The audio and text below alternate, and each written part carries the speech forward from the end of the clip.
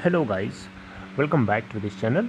Guys, इस video में हम लोग रिलायंस पावर लिमिटेड के ऊपर बात करेंगे। एक अपडेट है जो आप लोगों के साथ शेयर करूंगा और मंडे के दिन क्या सिचुएशन इमर्ज हो सकती है उसको भी हम लोग जानने की कोशिश करेंगे और उसके अकॉर्डिंग हमें सावधान रहना होगा। लेकिन सबसे पहले आपसे रिक्वेस्ट करूंगा कि अगर आप इस चैनल को फर्स्ट टाइम देख रहे हैं तो सब्सक्राइब करके बेल आइकन को ज़रूर से हिट कर लीजिए ताकि नोटिफिकेशंस आपको मिलती रहें हर वीडियोज़ की और आप सबसे पहले उसे देख पाएँ। ओके, तो सबसे पहले आप लोगों के साथ मैं डिस्कस करूंगा कि रिलायंस पावर लिमिटेड के अंदर क्या सिचुएशन देखने को मिली फ्राइडे के दिन। अगर हम फ्राइडे के दिन की ओपन प्राइस की बात करें तो 4.65 के ऊपर ओपन होने के बाद 4.60 का लो बनाता है और 4.70 का हाई बनाता है। अगर आप देखें तो 4.44% का अपर सर्किट लगा हुआ है आर पावर के अंदर। अगर हम बात करें क्लोजिंग प्राइस की तो वही है इसका 4.70, जो कि 0.20 रुपये ऊपर क्लोज होता है, या फिर उसी को परसेंटेज में बोलेंगे तो 4.44% ऊपर जाके क्लोज होता है अपने प्रीवियस क्लोजिंग प्राइस 4.50 के रेस्पेक्ट में। अगर हम बात करें टोटल वॉल्यूम ट्रेडेड की तो एनएससी के ऊपर 4,26,346 क्वांटिटीज़ ट्रेड होती हैं, जिसमें से 53.07% टोटल डिलीवरी उठा ली जाती है। अगर हम बात करें बीएससी के ऊपर टोटल ट्रेडेड वॉल्यूम की तो 2 करोड़, आप देख सकते हैं यहाँ पे 2,89,229 क्वांटिटीज़ ट्रेड होती हैं और बीएससी के ऊपर जो क्लोजिंग प्राइस है 4.72 की है। आप देख सकते हैं यहाँ पे 4.89% का अपर सर्किट लगा हुआ है। आप देखें यहाँ पे तो 4.72 का अपर प्राइस बैंड लगा था और 4.28 का लोअर सर्किट बैंड लगा था और 4.65 की ओपन प्राइस के बाद 4.61 का ही लो बनाता है। अगर हम बात करें टोटल मार्केट कैप की तो, लेकिन उससे पहले आपको बता देता हूँ डिलीवरी परसेंट बीएससी के ऊपर 100% है। अब हम बात करें मार्केट कैप की तो 1324.02 करोड़ आज की डेट में मार्केट कैप है रिलायंस पावर लिमिटेड की। तो बाकी पैरामीटर अभी हम लोग डिस्कस करेंगे, जिसके आधार पर हम लोग बात करेंगे मंडे के दिन क्या सिचुएशन हो सकती है एंड अकॉर्डिंगली आपको तैयार रहना होगा। लेकिन सबसे पहले आइए अपडेट क्या है उसको जान लेते हैं। तो guys, update Reliance power limited के अंदर ये है, आप ध्यान से सुनिएगा। यहाँ पे कुछ बैंक्स के नाम ले रहा हूँ, जैसे कि Axis bank, yes bank, Lakshmi Vilas bank. ये 3 बैंक्स हैं जिन 3 बैंकों को जिन 3 बैंक्स को बेसिकली रिलायंस पावर को लोन देना था, यानी रिलायंस पावर ने कुछ लोन ले रखा है उसके ऊपर। रिलायंस पावर की जो देनदारी बनती है इन बैंक्स के कर्ज़ों को चुकाने की, वो यहाँ पे इन्होंने डिफ़ॉल्ट कर दिया है। यहाँ पे रेगुलेटरी डिस्क्लोजर के अकॉर्डिंग अगर आप देखेंगे तो 78 लाख रुपए जो है एक्सिस बैंक को देना था बेसिकली, लेकिन आर पार ने नहीं दिया। वहीं 1.09 करोड़ रुपए जो है यस बैंक के पास जाना था, लेकिन रिलायंस पावर ने नहीं दिया। 1.09 करोड़ यस बैंक को जाना था, आई थिंक हमने आपको बता दिया। 1.25 करोड़ जो है लक्ष्मी विलास बैंक को देना था, लेकिन रिलायंस पावर ने टाइमली उसको पे नहीं किया।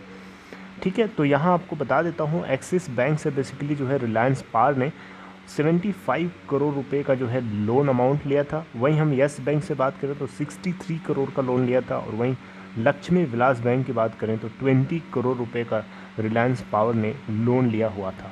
तो उन्हीं लोन के अकॉर्डिंग ये इनकी ये रीपेमेंट थी, बेसिकली इंस्टॉलमेंट थी, तो इन्होंने पे नहीं किया है। टोटल बोरोविंग की बात करें तो रिलायंस पावर के पास जो टोटल बोरोविंग से फाइनेंशियल इंस्टीट्यूशन है वो है 1350 crore as on March 3, 2021। Okay guys, आपको एक चीज़ यहाँ बता देता हूँ कि रिलायंस पावर लिमिटेड की तरफ से दिसंबर क्वार्टर की अर्निंग्स को डिस्क्लोज करते समय एक चीज़ कंफर्म किया था रिलायंस पावर ने, कॉन्फिडेंस शो किया था कि ये जो है जो इनके gas based power plant equipments हैं और इसके अलावा और सर्टेन सब्सिडरीज से जुड़ी हुई जो एसेट्स हैं उनको टाइम बाउंड मैनर में मोनेटाइज करके सफिशिएंट कैश फ्लोज को ये बनाए रखेंगे, जनरेट कर पाएंगे, ताकि ये अपने डेट ऑब्लिगेशंस को चुका सकें या उसको पे कर सकें। इस बात को लेकर के इन्होंने काफ़ी कॉन्फिडेंस दिखाया था दिसंबर क्वार्टर की अर्निंग को अपडेट करते समय। और अभी भी आपको बता रहा हूँ, जो फर्म है यानी रिलायंस पावर जो है, ये बेसिकली अभी भी होप करती है, अभी भी आशा रखती है कि जो अमाउंट रियलाइज़ होगा या जो अमाउंट इनको मिलेगा on going regulatory arbitration claim से, वो जो है अमाउंट ये अपने डेट को सर्व करने के लिए यूज़ करेंगे।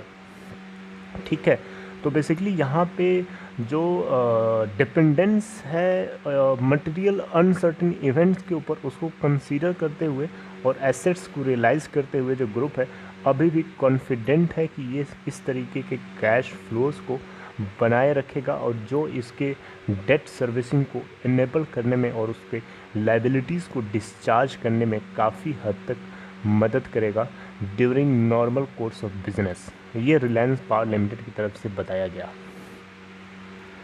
जैसा कि आप लोगों को गाइस मैं कॉन्स्टेंटली रिलायंस पावर लिमिटेड के ऊपर अपडेट तो करता रहा हूँ, लेकिन अभी आपको काफ़ी दिन बाद ये वीडियो दे रहा हूँ रिलायंस पावर के ऊपर। रिलायंस पावर के पास किसी चीज़ की कमी नहीं है, इसके पास पूरा भरपूर इक्विपमेंट है, बस चलाने वाला होना चाहिए कोई। अगर ढंग से इसको चलाया जाए, ढंग से अगर ऑपरेट किया जाए, तो डेफिनेटली मुझे लगता है कि ये काफ़ी अच्छा खासा इनको रिटर्न दे सकती है। और ये अपने डेट ऑब्लिगेशंस को, सिर्फ रिलायंस पावर लिमिटेड के ही डेट ऑब्लिगेशंस को नहीं, बल्कि इनकी और जो अच्छी कंपनीज़ हैं अनिल धीरूभाई अंबानी की, उसके भी डेट को ये चाहे तो इससे डिस्चार्ज कर सकते हैं। लेकिन वही है ना, चलाने वाला ढंग का होना चाहिए बेसिकली। यहाँ पे एक चीज़ आपको अपडेट कर देता हूँ, इसी से जुड़ी हुई एक अपडेट है। पावर जनरेशन की ये जो कंपनी है रिलायंस पावर लिमिटेड, इन्होंने 6% जो है ईयर ऑन ईयर बेसिस पे कंसोलिडेटेड नेट प्रॉफिट बुक किया था 52.29 करोड़ रुपए का दिसंबर क्वार्टर के लिए। टोटल इनकम आपने देखा होगा तो इनको 6% की ईयर ऑन ईयर बेसिस पे जंप देखने को मिली थी 2006.66 करोड़ रुपए की। ठीक है, और आप देख सकते हैं कि इससे पहले वाला जो फिस्कल ईयर था उसके दिसंबर क्वार्टर में इनको टोटल इनकम गेन हुआ था 1897.93 करोड़ रुपए का।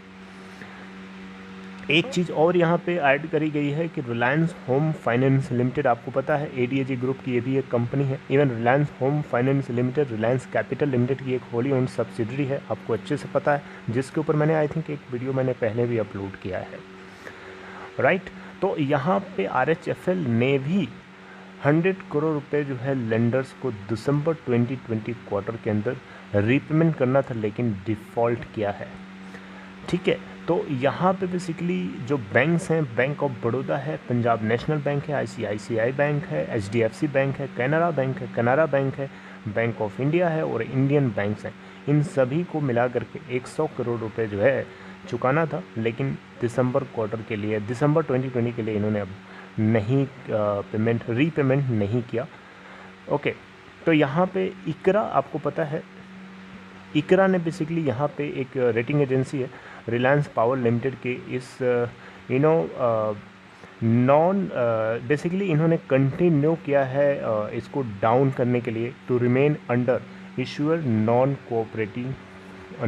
Cooperating category.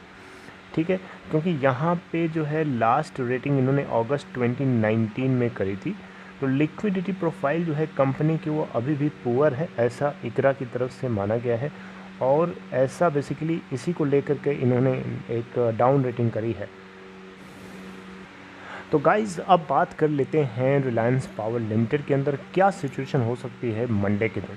तो गाइज़ कुछ टेक्निकल पैरामीटर्स को हम लोग देखेंगे और उसके अकॉर्डिंगली सोचेंगे। देखिए, मार्केट अगर मंडे के दिन पूरी तरीके से बुलिश होता है तो डेफिनेटली चांसेस हैं कि रिलायंस पावर लिमिटेड भी उस बुलिश माहौल में बुलिश रहेगा। लेकिन आपको बताना चाहूँगा, अगर बुलिश नहीं होता है उस केस में डिपेंड करेगा कि कुछ और नई सिचुएशन इमर्ज होती है या नहीं होती है, तो हो सकता है आपको थोड़ा सा करेक्शन देखने को मिले।